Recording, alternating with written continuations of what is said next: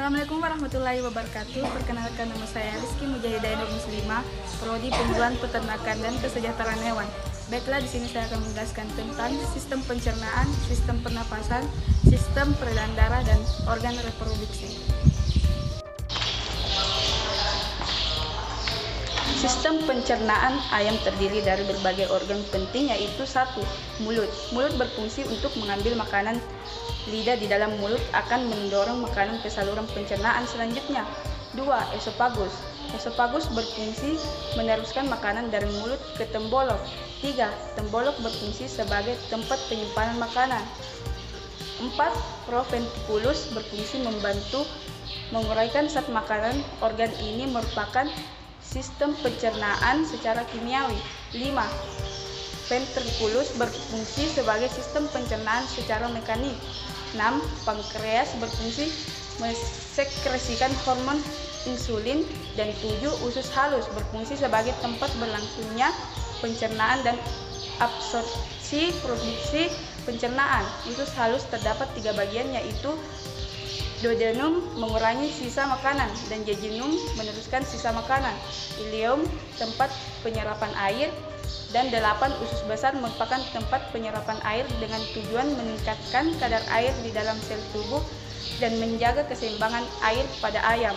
9. Kloaka berfungsi sebagai tempat pengeluaran urin dan feses.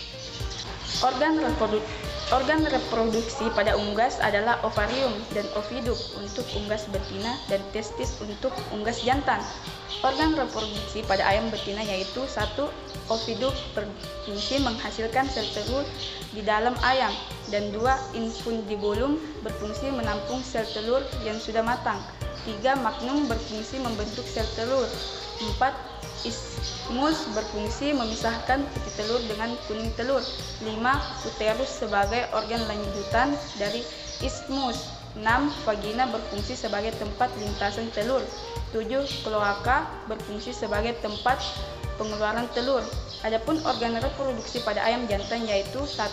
Testis berfungsi sebagai tempat terjadinya spermatogenesis, dan 2. Saluran deferens berfungsi sebagai tempat sperma mengalami pemasakan dan penyimpanan sebelum terjadi ejakulasi. 3. Alat kopulasi berfungsi memproduksi cairan transparan yang bercampur sperma saat terjadi kopulasi. Sistem pernapasan adalah suatu proses pertukaran gas oksigen atau O2 dari udara oleh organisme hidup yang digunakan untuk serangkaian metabolisme yang akan menghasilkan karbon dioksida atau CO2 yang harus dikeluarkan karena tidak dibutuhkan oleh tubuh.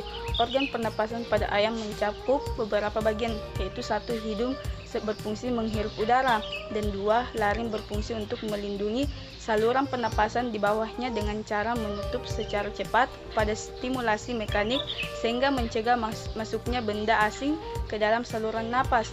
3. Trakea berfungsi membawa udara menuju paru-paru. 4.